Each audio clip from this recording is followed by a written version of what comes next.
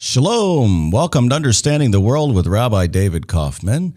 I am not joined by anyone in the studio today, but I can be joined by you through your questions through your call-in to 855-244-0077 or by posting on my Facebook page if you happen to be a Facebook friend of mine or you just want to message me, David J. Kaufman. There are a lot of different things going on in the world this week, and just to talk about a few of them, one of the biggest topics, obviously, still going on is what's going on in Syria and the question of how to respond to potential use of weapons of mass destruction by the Syrian government. There is concern about what to do in Syria at all as things continue to deteriorate, and everybody says, well, we don't like what's going on, but we don't like the other options either. That's all well and good for us to say, but we're dealing with the real world here, and at some point somebody's got to make a decision where we either continue to have people dying in large numbers and do nothing. We allow the regime to be propped up and have the opposition be killed in larger numbers, potentially be wiped out, or we have we prop up the opposition, have the regime collapse, and potentially have people dying in large numbers, or we potentially have a situation in which rebel groups who hate the West, hate Israel, and could potentially cause lots of problems around the world, obtain weapons, and cause problems. That's the real situation. So when we talk about not understanding what to do, the reality is that policymakers need to do something. Doing nothing is not a legitimate alternative, and that's that's the situation right now. We can talk about each of those alternatives and explain why, and I'll talk about why or why not they may be the best way to go. The situation in the Middle East in general is so problematic at this point that it's hard to give a good grasp on what's actually going on. The Arab Spring in many places turned into an Islamist winter, as it said. In some places there seems to be a little bit more freedom, but in other places there's a lot more restriction, there's a lot more fear, there's a lot more chaos. There was even an article today by Victor Davis Hanson that was sent to me by someone Victor Davis Hanson is a conservative writer who wrote about the fact that the Middle East is largely becoming irrelevant, especially after the very large discovery of oil or the reanalysis of the oil discovery in the Dakotas and Montana, in which they discovered that there was vastly more oil there than they had previously estimated. There's now belief that the U.S. can supply its own oil to a very significant extent, much longer than the Middle East could supply it. So that changes the whole dynamic of the Middle East as well. And we are still dealing with the aftermath of the Boston bombings in the news this week. Just yesterday, there were 3 other suspects who were arrested, friends of Dzhokhar Tsarnaev, who evidently tried to cover up for him after they discovered that he was the bomber. Some question of whether they knew anything prior to that. But they certainly did try to cover up after the fact, according to the charges that I have seen in the federal media. Obviously, they will have the ability to defend themselves in court, and they're not guilty until proven so. But it appears, at least, that they tried to cover up for Dzhokhar at some point after the fact. All of these things are things that we can talk about on the show. In addition, there are some concerns about Sudan and Sudanese officials being invited to the United States to speak with the State Department about their humanitarian concerns. And I'd like to address this with you later on. I have a lot of concern about how the United States and the world deals with the situation in Sudan.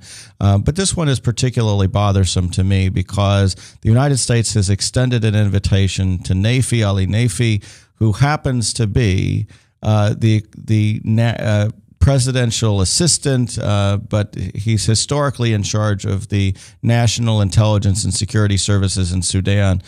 This is an extremely problematic guy, and the equivalent of inviting somebody who's been involved in multiple genocides as director of national intelligence and security would be like the United States having invited Heinrich Himmler to come to the United States to speak about humanitarian problems in Germany and Eastern Europe during World War II. Makes no sense.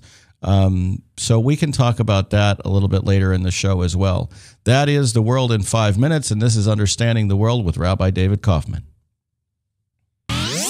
From the RE/MAX Real Estate Concept Studios, this is Webcast One Live.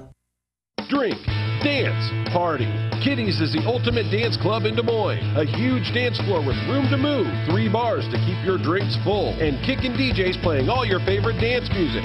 At Kitty's, we've always got your birthday party planned with Birthday Fridays. That's right, when your birthday rolls around, there's only one place to go. Gather up your friends and head to Kitty's, where you drink free on the Friday of your birthday week. Find out more about Birthday Fridays at kittiesusa.com.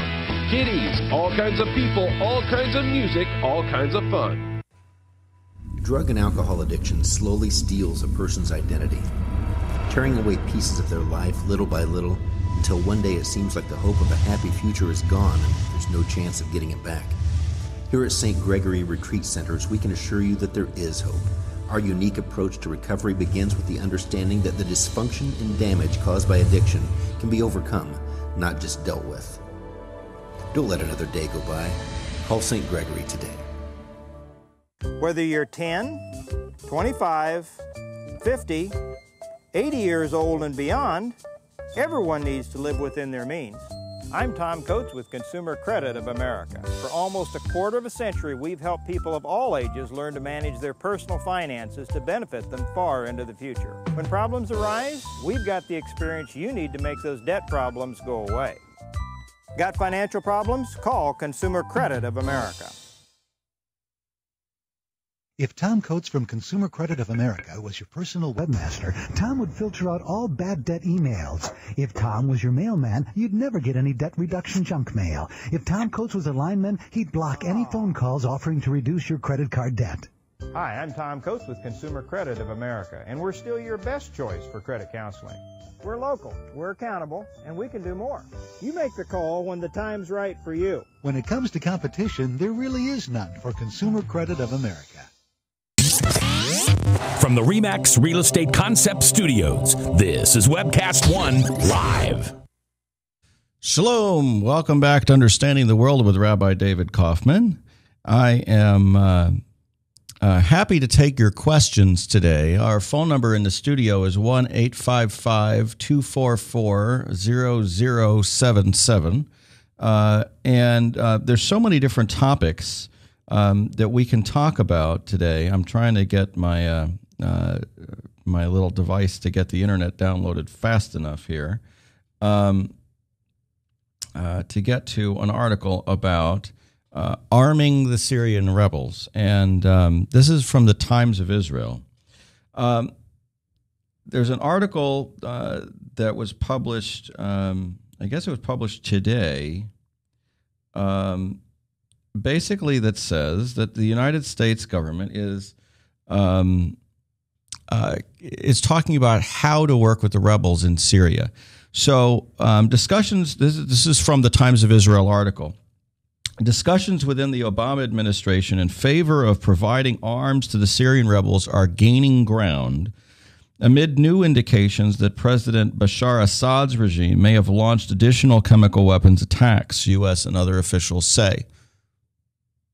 Okay, so first of all, there was the report of a sarin gas attack at one point, and the intelligence agencies in the United States and Israel were questioning whether or not this made sense. Now, part of it, I think, is because the number of casualties from that attack was not super large. When the United States talks about weapons of mass destruction, it's not expecting dozens of casualties. It's expecting hundreds of casualties or thousands of casualties.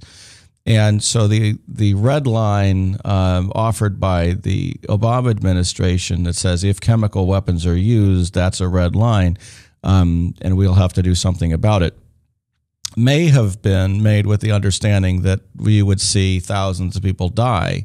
Well, in the meantime, you're seeing hundreds of people, thousands of people dying every month anyway, or at least every couple months, from the conflict itself. That the Syrian army is very heavily armed.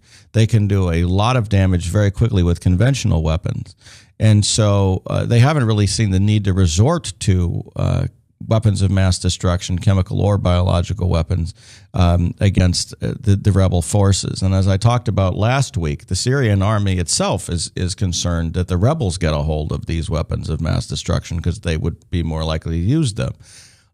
In fact, the United States may well have been under the assumption that the people least likely to use the weapons of mass destruction, least likely to use these chemical and biological weapons, were in fact the Syrian government. That the Syrian government would worry about enticing the United States and Europe and others to get involved in the conflict, to get into the conflict and work with the rebels based on the use of these chemical and biological weapons. Whereas if the opposition got them, okay, and the opposition potentially having no central authority and knowing where the Syrian government supporters live, could well use them.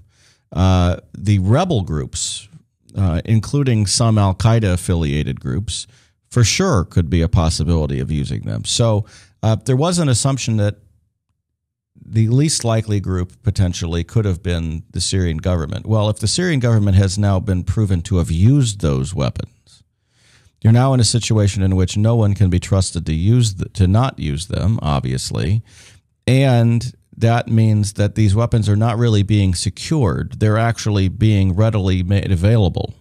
And if that's the case, then you're dealing with a situation in which the response time needed to secure these weapons in case anything happens is much faster. We're not dealing with weaponry that is buried under 10 feet of dirt that we can have some time to find, as we can see bulldozers and other earth-moving equipment moving in to try to get at them. These weapons are readily available. And like I said, the problem with that is somebody busts a door down and they march into a building, all of a sudden they have access to these weapons. That is a much more dangerous situation. So this article says, as the number of suspected attacks grows, U.S. officials said intelligence agencies are seeing signs that Syrian opposition forces may be distancing themselves from the Al-Qaeda-linked group there. Okay, now there may be multiple Al-Qaeda-linked groups there. So I question the language in this article. The specific one is a group called Al-Nusra, which was at one point made the official leader of the rebel groups, of the organized rebel groups. The Free Syrian Army, however, which is the main opposition to the government, is not connected to those groups. You have to understand that the Free Syrian Army are not Al-Qaeda affiliated. They're in opposition to the Alawites. That's President Bashar Assad's group. And they're not Al-Qaeda. Now, the question is, are they Muslim Brotherhood? Yes, they are. They're connected to a number of other groups in the region which the United States may have some difficulty working, but not as bad as the Al-Qaeda groups. The United States is evidently seeing signs that the Syrian opposition forces may be distancing themselves from the Al-Qaeda-linked group there, quote-unquote, chipping away at one of the key arguments against giving lethal aid to the rebels. Yet at the same time, the fighters associated with the extremist group are among the most effective against the regime. You get that? These rebel Al-Qaeda guys, they're really effective. They're the ones who could make most use of the weapons. So maybe we should give them the weapons. This is what the thought process is. Let's just think about that for a second. The thought process here, at least as stated in this article, is twofold. First of all, what signs there are that these groups are moving away from al-Qaeda, I have no idea. That's first question. I don't know. Hopefully the government has real concrete information that that's the case. But they made the al-Qaeda group the leader to begin with. So are we going to say that the reason they're publicly moving away from the al-Qaeda group is because they want the weapons from the United States, so that they're simply going to say, we're not in the pocket of al-Qaeda anymore? Give us the weapons, and then they'll have al-Nusra and the al-Qaeda group lead them once they get the weapons? We don't know. That would certainly be a major concern of mine. But in the meantime, we also have this idea that the al-Qaeda group is the most effective. And so there may actually be people saying, let's arm the al-Qaeda group, just not give them anything they can use against us. Very, very problematic thought process here. Officials insisted Wednesday that no decisions have been made, but said arming the rebels is seen more likely and preferable than any other military option. One U.S. official described a new reconsideration within the administration of the military options. The officials who spoke on condition of anonymity because they weren't authorized to discuss publicly the options under consideration said most U.S. leaders prefer that the Syrians determine their own fate, so arming the opposition is more palatable than U.S. intervention. Well, absolutely. We really have nothing to gain there because we can't, if we put in any of the groups, none of these groups are groups that are necessarily going to be good friends of the United States. We're not dealing with people who are going to be long-term friends of the United States, no matter which group we put in power here. So when we talk about regime change in Syria, if we're going to talk about regime change in Syria, we're not talking about something that's going to be of great benefit to the United States and all of a sudden make the world a much better place. We're dealing with the worst of multiple evils here, better or worse of multiple evils. And it would make more sense for other groups to intervene as long as we could figure out what it is.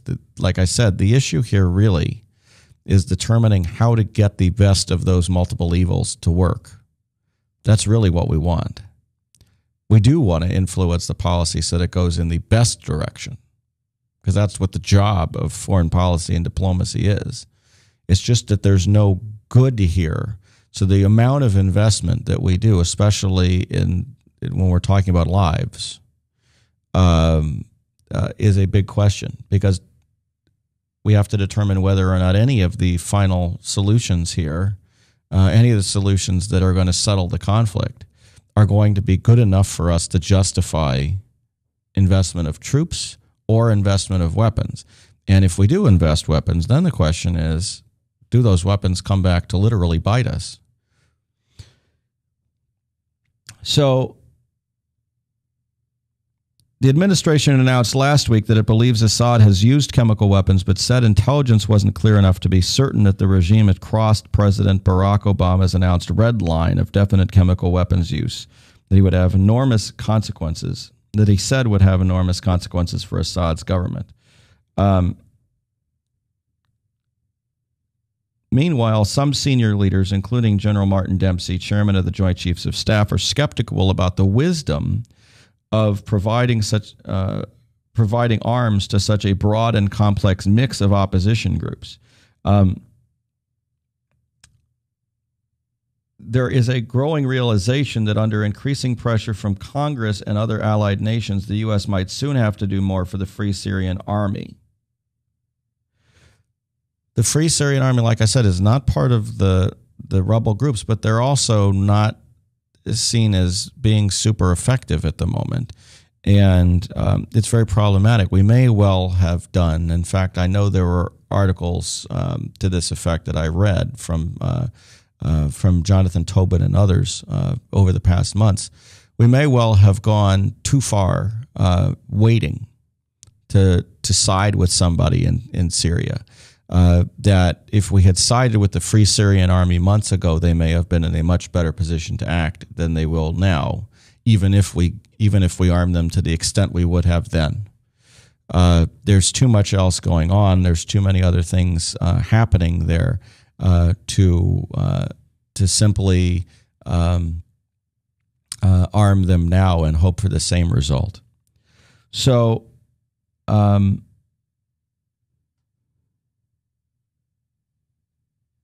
President Obama signaled Tuesday he would consider U.S. military action against Syria if hard, effective evidence is found to bolster intelligence that chemical weapons have been used in the civil war.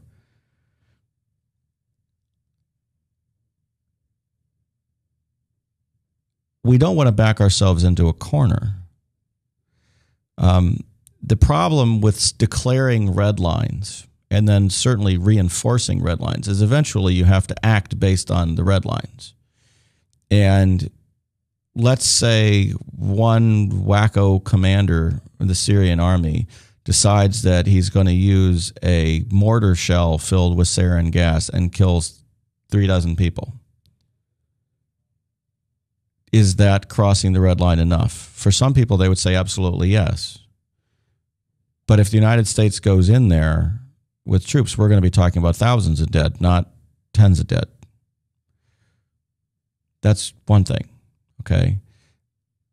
The other thing is we could be installing a regime that it isn't going to be better than the one we're taking out. Yes, it would be better in that we'd hope that they wouldn't have access to the weapons technology. But we really have difficulty figuring out what we want to see set up there. The idea of going in and setting up some sort of free democracy that's going to be pro-Western and make nice with the United States and Israel and our allies for years to come is almost an impossibility, even if it's led by the Free Syrian Army. Free Syrian Army at best is going to be more like the Muslim Brotherhood in Egypt, and maybe more like Tunisia, where we have all kinds of problems right now. So we need to be very careful in what we're doing. A key obstacle in the debate over providing weapons has been U.S. concerns that any U.S. weapons would end up in the hands of al-Qaeda-linked groups helping the Syrian opposition or any of the other extremist groups in the region, such as Lebanon-based Hezbollah. Because we don't really have a good grasp and the situation is so unstable there, we could provide weapons to a rebel group, have the rebel group overrun by Hezbollah, and have the weapons that we provided the rebel group end up in the hands of Hezbollah. That's certainly possible. Any number of other questions and issues could come up. Last month, the head of the extremist group Jabhat al-Nusra, which is the leader, the recognized leader of the rebels group, okay, the recognized group leading the rebels, pledged allegiance to al-Qaeda leader Ayman al-Zawahiri. And U.S. officials say that since then they have seen anecdotal evidence and intelligence assessments that suggest that al-Nusra's gains within Syria have slowed, both because of the group's public links to al-Qaeda and the designation of al-Nusra as a terrorist organization. Other opposition members, they said, now appear to view al-Nusra more warily. Certainly possible. The question is, can we vet these people? And as we move forward with trying to figure out how to deal with this situation, vetting the opposition parties in Syria and figuring out if we can work with any of them, and if we can work with any of them, how, is going to be the biggest question we've got. Can we trust the Free Syrian Army to not work with any of these other rebel groups that we don't believe that we should be working with? Is that possible? Is it possible that those rebel groups are going to attack Free Syrian Army troops and all of a sudden the weapons that we give the Free Syrian Army are not going to be in the hands of the Free Syrian Army anymore? There could be any number of other problems come up. We need to address all of them before we get involved. And if I were to tell you that this is the most complicated situation foreign policy-wise that we've seen in a long time, I don't think it would be much of an understatement. I don't think it would be an overstatement. I think it'd be an understatement. This situation is vastly complicated, and there is no simple situation whatsoever. So we'll talk more about that in the weeks ahead. I think there may be questions that we can talk about after a short break. There's so much going on in the world, and understanding it takes quite a bit of time and effort. That's what we're doing here. It's what I'm doing here on Understanding the World and what my guests help us do week in, week out. I'd like to thank Dr. Ronald Bergman for his support of this show. Dr. Ronald Bergman is at Bergman Folkers Cosmetic Surgery and Spa. You can find them at Bergman Folkers Cosmetic Surgery, bergmanfolkers.com, excuse me. And I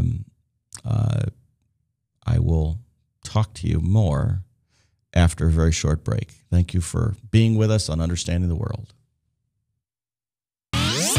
From the RE/MAX Real Estate Concept Studios, this is Webcast One Live. I'm Brian Leach, owner and general manager of Service Legends. I brought along a couple of the home comfort heroes. Hi, I'm Tammy Wells. I am Nick Wondershide. I'm administrative manager I am the senior technician from Service Legends. It seems like every good thing, when you feel it to the bone that it's good, there's a lot of hard work put behind it. I don't think that you can fake it and have it turn out good. You know, if we seem like, okay, that's just weird, it's just a furnace, why would you believe so deeply in a furnace? It's not just that, you know, we want to show the world that you can have good service. Yeah, I mean, it's got to be, it's your home. You know, it's built into our daily trainings, it's built into our culture, that we're going to do whatever it takes to have each client say they love us, period. That's why we spend all the hours in the training that we do. And if we guarantee it's going to be a good experience for you, or else it's free, what type of work do you think we're going to do? There is a guarantee. Temperature selection guarantee, fixed right or it's free guarantee, comfort guarantee, best value guarantee. All of these guarantees hold us accountable to ensuring that we exceed your expectations. And if for whatever reason we'd fail and we can't make it right, we guarantee all of those guarantees with a 100% money back guarantee. I mean, if you don't think that your technician can fix it right, are you going to say that to a client? No. You don't have to worry about having a technician come to your house. We drug test, background check all of our team members. We put safe people in your home. Each and every one of our service techs, 400 hours a year in training. You tell it the minute they walk in the door. They know what they're doing, they've done their homework, and they actually truly care about what you want. Because at the end of the day, you're the person that makes sure I have a job. They're going to be listening. They're going to want to know what your challenges are. Then they're going to come and give you options, and you get to choose. If I'm there to help and I make it easy and painless, I did my job right that day. Well, when it comes to your comfort, safety, and your family, you know, you don't necessarily go buy the most expensive, but you get the most bang for your buck. Oh, it's worth it, because there's a lot of people that will find a way to get it to work right now and then leave and then come back, charge you again, and the cycle just repeats itself. So when I'm out there looking at the furnace, I want to find why it failed today. How can we change the part today with something that you're not going to have to worry about? Is it worth changing the part today? I mean, you can put a lot of money into a furnace. I can fix parts all day. There's good job security in that for me. But is it the right thing for you? I get a lot of the phone calls of after the technicians are there. They're just in awe. They're like, wow, you guys are great. I mean, I don't even know what to say. You guys are great. Everything you did was perfect. It was great. Keep going though. I like this. Just give us a try. I'm going to take all the risk. I've got the time to make this right. I've got the support to make it right. Just check us out. And if you don't see the value in what we do, I mean, fixed right or it's free or 100% money back. enough said. Shalom. Welcome back to Understanding the World with Rabbi David Kaufman. We're going to shift topics just a little bit here. And I want to talk about the peace process. And I want to talk about how we should go about getting the sides to, or how and if we as Americans can work on getting the sides to work together. Yesterday, the last couple of days really, there have been articles about the Arab League meeting and the statement by the representative from Qatar, Al-Thani, about the fact that the Arab League, or that he would be willing to have Israel and the Palestinians talk about the 1967 borders with minor land swaps. And this has suddenly created a firestorm of people who think that the Arab League has radically changed in support of the peace process. I don't think that's true at all. And it's certainly not true based on what I've actually seen coming from the Arab League. There seems to be this belief that if we pretend something is happening, it'll create a reality. It's difficult to make policy and to work on changing the world when you deal with the reality of the world. When you deal with hopeful things that are just wishful thinking, that becomes even more difficult. In this case, the Arab position all along has been the 1967 borders, more or less, with all of the old city of Jerusalem coming onto the Palestinian side, and the right of return of all the refugees, not just from 1967 into the places they were in 1967, but the refugees and their descendants from the 1948 war coming into Israel. They haven't changed those positions. So let's talk about what actually did change, just as an aside. So if for a moment we make the argument that the Arab League radically changed its position so that it would accept some compromise on the 1967 borders, they're not talking about a big compromise, folks. They're talking about, we're going to exchange 20 acres worth of desert land for another 20 acres of desert land. They're not talking about, let's exchange 500 acres of central Jerusalem, including the Temple Mount, for 500 acres of desert land outside Hebron. That's not what they're talking about. And so when we're talking about big changes as a reason for peace, we're just not there. In addition, there's a question of, why does it even matter that the Arab League's position has changed? People are not answering that question, and I can tell you why they're not answering that question. Because there are times when they would like to see the Palestinian Authority as actually representing Palestinians and not Palestinian Authority being used by the Arab League representing Arabs. If the Arab League's position on peace matters at all, it is because the Palestinians are not truly independent from the independent negotiators from the Arab League. Think about that for a minute. The Arab League includes a lot of countries that have no desire for peace for Israel, and certainly have no desire to allow the Palestinians to make concessions for peace.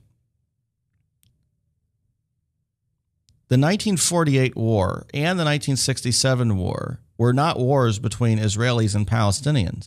They were both wars between Jews, in 1948 between Jews and Arabs, and then in 1967 between Israelis and Arabs. Neither one of these wars were with Palestinians. And the resolution of the war right now, the resolution of the conflict right now, is not going to be solely between the Israelis and the Palestinians. So who else is involved in this process? Well, involved in this process, you have countries like Egypt, Saudi Arabia, Lebanon, Syria, Jordan, and the other Arab League countries. Well, some of those countries that would have been more inclined to think about allowing the Palestinians to make an agreement with the Israelis and creating an Israeli-Arab peace agreement have now become Muslim Brotherhood nations who are less disposed to make any concessions whatsoever. That's a problem. The changes in the last 2 years in the Arab world have made the Arab League as a whole less likely to be able to work with Israel, even though certain individual countries are more likely to work with Israel. In fact, Saudi Arabia, as Barry Rubin recently talked about, may well be more inclined to make peace with Israel now than it has in the past because it's worried about Iran. And it's worried about groups like the Muslim Brotherhood and changes in other parts of the world. So they may be more willing because they have to shift their attention elsewhere. They want to cooperate with Israel. if they can in any way.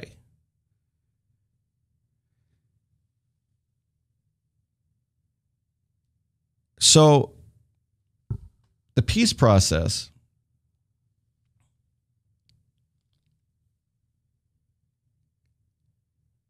is one in which it's largely based on hope. It's largely based on wishful thinking. But some of the time, it's based on wanting the United States to do something about it, to jumpstart the process, to push the sides to negotiate. And a lot of the time, the focus comes on pressuring Israel because the United States doesn't really have the ability to pressure the Palestinians. The United States doesn't have the ability to pressure the Arab League to pressure the Palestinians. So peace activists sometimes want to pressure the United States or get the United States to pressure Israel to make concessions. And in 2010, I and a number of others helped create an organization called We Are for Israel, which was specifically created to deal with that situation among those who wanted a two-state solution. We are a two-state solution organization. We have over 350 rabbis from around the world signed on to our mission statement. And those rabbis are generally progressive rabbis. They tend to be reform and conservative rabbis. There are a few Orthodox rabbis. There are even a couple of ultra-Orthodox rabbis, Haredi rabbis, who are signed on because we do believe in a secure and strong Israel as our priority. But we believe in a certain kind of advocacy. And I think it's important to understand the advocacy that we advance, that we promote, because I think it's important to understand how we can go about finding the peace process, finding a process that works, and how we can go about supporting Israel and the creation of a Palestinian state at the same time. So this is a document that comes from the weareforisrael.org website. It's called Advocacy on the website. It says where our advocacy differs. And the first one, singling out Israel for criticism. We believe that it is illegitimate to single out Israel for blame and censure in respect of the Israeli-Palestinian conflict, even in the context of blaming both sides.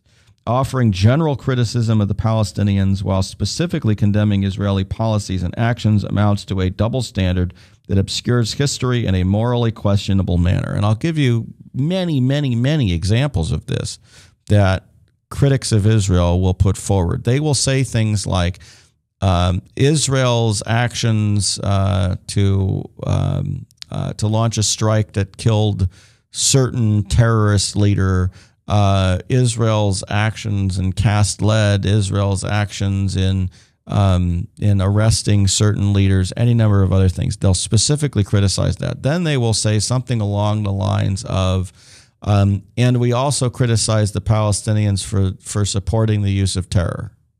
What? The reason they do that is because they can't specifically condemn the Palestinians for their many actions, because they'd end up with a much longer list on one side and a much shorter list on the other. And in addition, the lists are not equivalent. Somebody who's plotting in the Palestinian Authority to commit an act of terror where their target is, as my guest last week, Arnold Roth, noted, women and children who happen to be in a restaurant because of the pain and fear that such an attack creates in the population, and comparing that with an Israeli attack on the individual planning the event, they're not equivalent at all. You can't even put them in the same ballpark of criticism. You can't put into the same conversation a discussion of thousands of rockets falling on Israeli villages in the south of Israel from Gaza and the Israeli retaliation against the people firing the rockets. That's not a cycle of violence. That is a sane defense of civilians on the one hand, and incomprehensible evil on the other. That's not a matter of resistance fighting.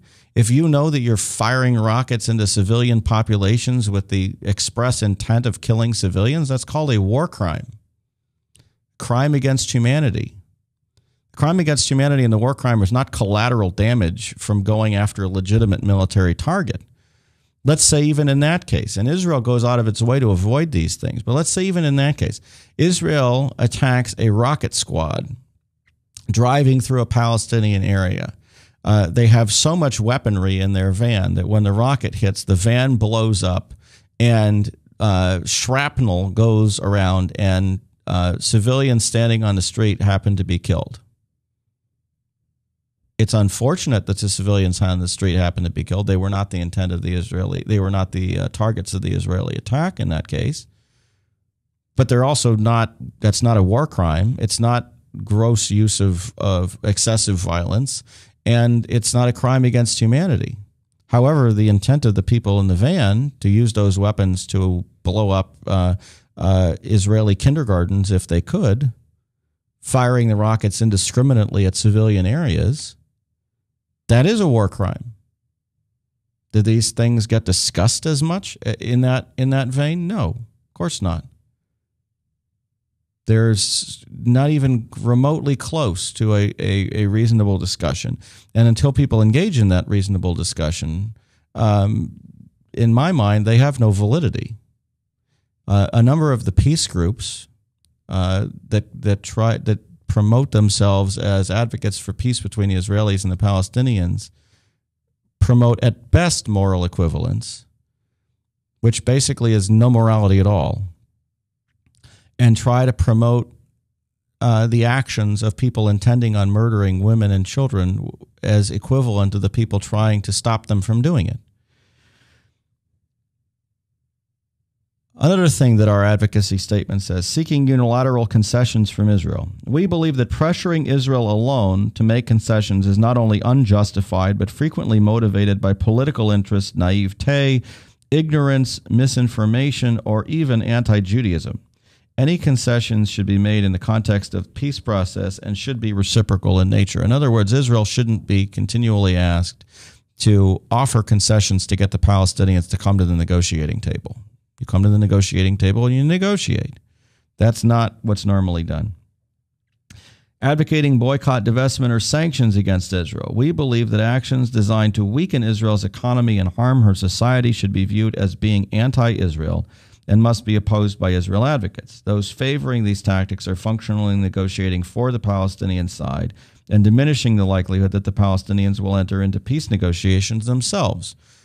Why should the Palestinians make concessions if they have advocates in the United States and other countries around the world working for them to try to put pressure on Israel to make concessions? This only prolongs the situation, because what ends up happening is you end up fighting about the boycott, divestment, and sanctions instead of figuring out how to actually achieve peace.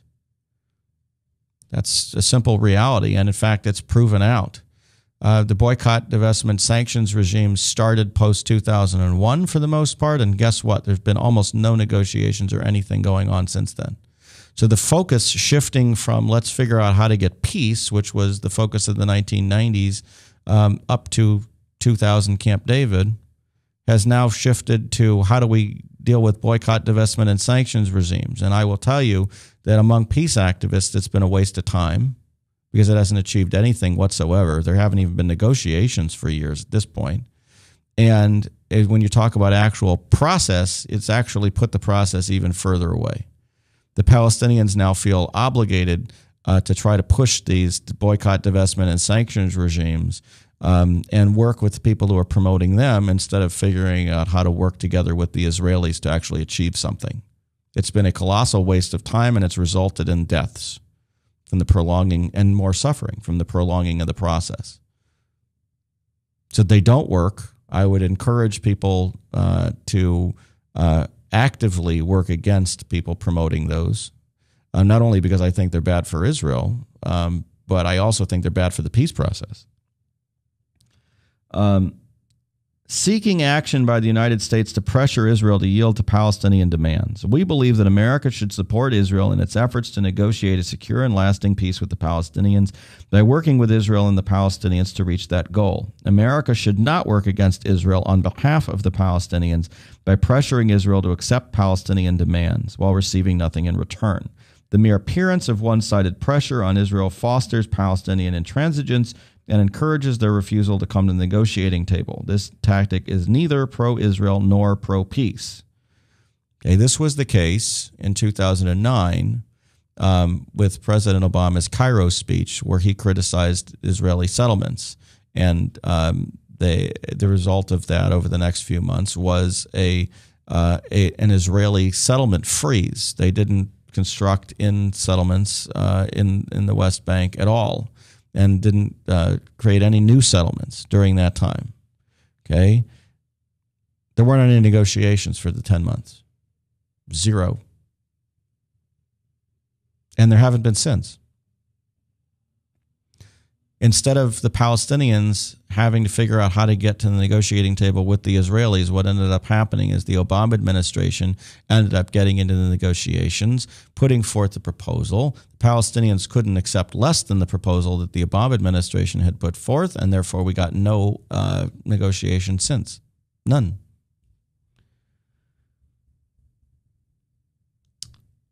We believe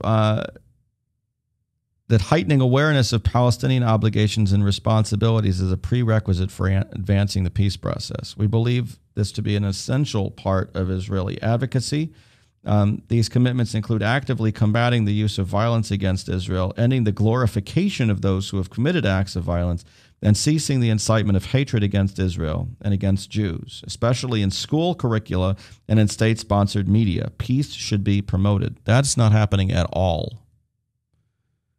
The Palestinian Authority continues to produce movies, print media, issue speeches, declare public parks and other things in the name of terrorists, including suicide bombers who murder children. It is absolutely not the case that educating for peace is moving forward. It's one of the major obligations of the Palestinian Authority. It's to lay the groundwork for the possibility of movement on the peace front, and it's not happening. And peace activists generally don't even talk about it. Big problem. Criticizing Israel when Israel acts to ensure the safety of her citizens. We believe that Israel has an absolute right to self-defense. The only way to reduce significantly the need for heightened defenses, including the naval blockade of Gaza and the West Bank security barrier, is through the peace process. When difficult choices must be made between the safety of Israel's citizens and the needs or convenience of Palestinians, the right to self-defense must come first. This idea that Israel can open the security barrier and make life of the Palestinians simpler while weakening its security dramatically and allowing terrorists to come in and blow people up is ridiculous. It's just not going to happen. So unless the threat of terrorism against the Israeli civilians is reduced, the essential need for heightened security is maintained. That's the end of the discussion. The Israelis aren't even considering anything with the security barrier. It's not going to happen. It's greatly reduced the amount of terrorism against Israel, dramatically reduced the amount of terrorism in Israel. It has saved many, many, many lives. So talking about, oh, they need to ease restrictions on it, it's just not going to happen. Get to the peace process. Then you can move forward with that. Turning support for Israel into a partisan issue. We believe that our advocacy should not be motivated or influenced by political party affiliation. Best course for Israeli advocacy is nonpartisan approach that welcomes support for Israel from all and eschews it from none. Demeaning or vilifying Israel's elected leaders. We believe that Israel democratically elected leaders, no matter what their political leanings, should be treated with respect and offered support in the pursuit of the goals of security, prosperity, and peace. And then finally, before we take a short break, careless words exploited by Israel's detractors and enemies. We believe that we must consider how others might use, distort, or manipulate our words in reference to Israel. We have seen and heard the words of Jewish leaders and organizations, often offered out of concern for Israel, utilized by those who seek to harm her. This is especially so in the case of those promoting the use of boycott, sanctions, and divestment schemes because they are Jews.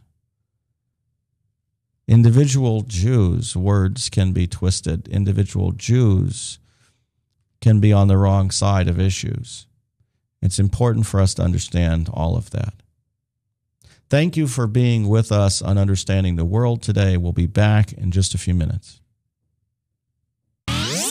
From the RE/MAX Real Estate Concept Studios, this is Webcast One Live.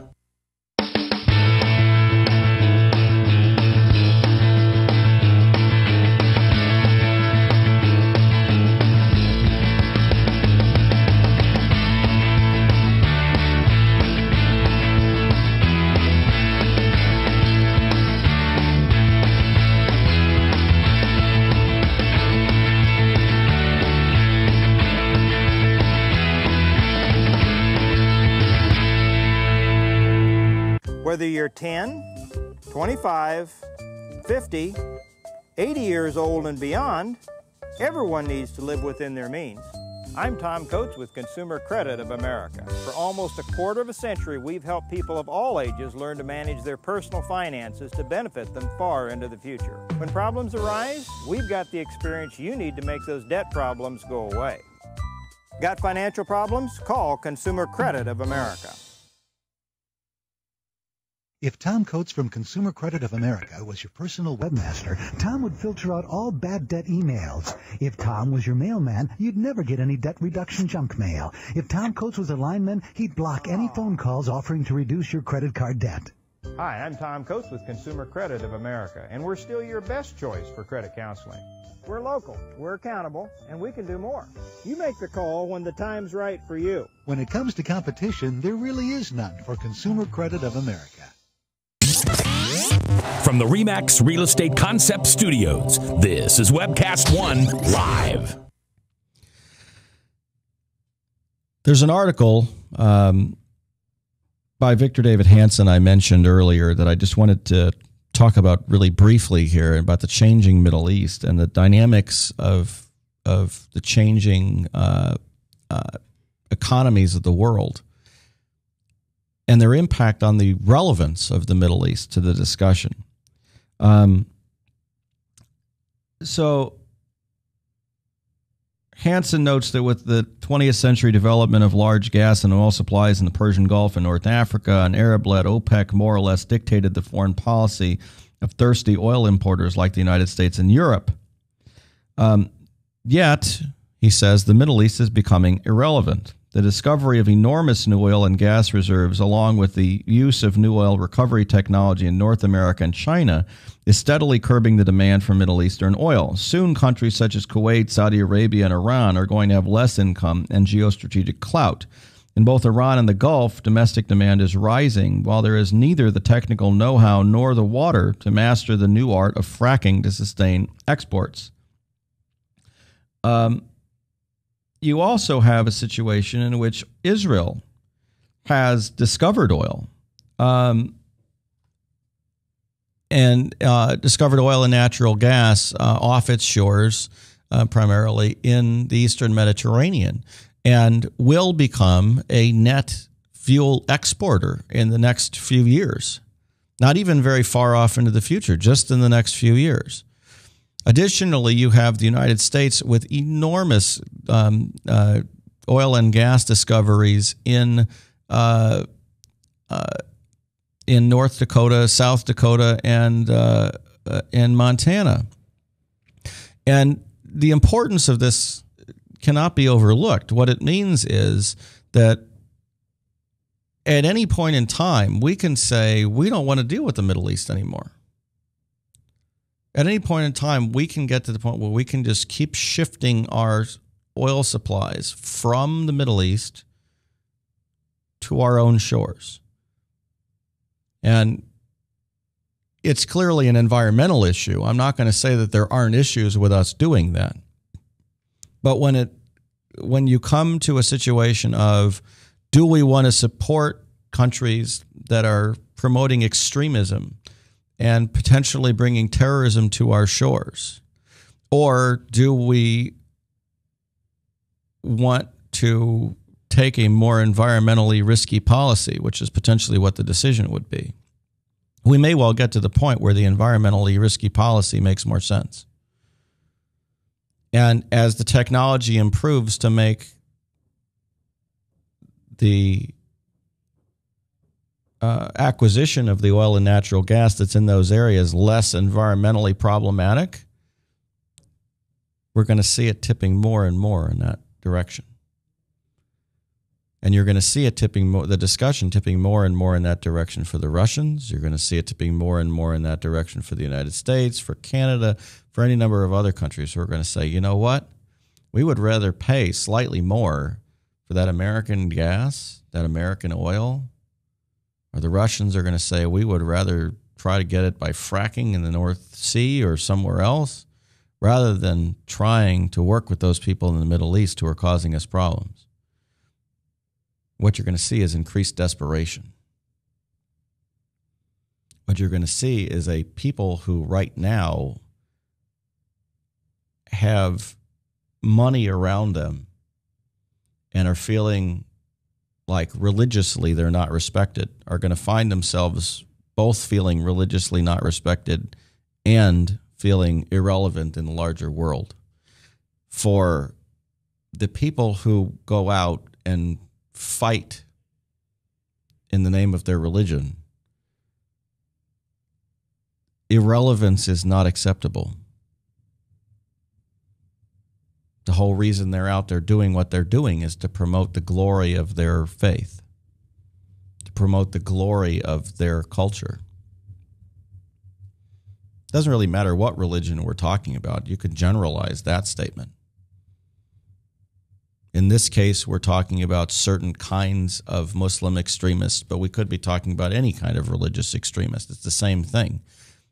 People who believe that God has blessed them and that that they should be in a position of glory and honor don't take irrelevance very well. Because irrelevance is a good indication that none of that is true. If no one cares about you, it's a good indication that quite possibly divine beings don't care about you either. And if you're a devout believer, that's a really big problem. So what you end up doing is trying to get attention, trying to draw attention to your cause, trying to say that if only you were more devout, more active, worked harder, that attention would be paid to you, not just by other people, but by the divine.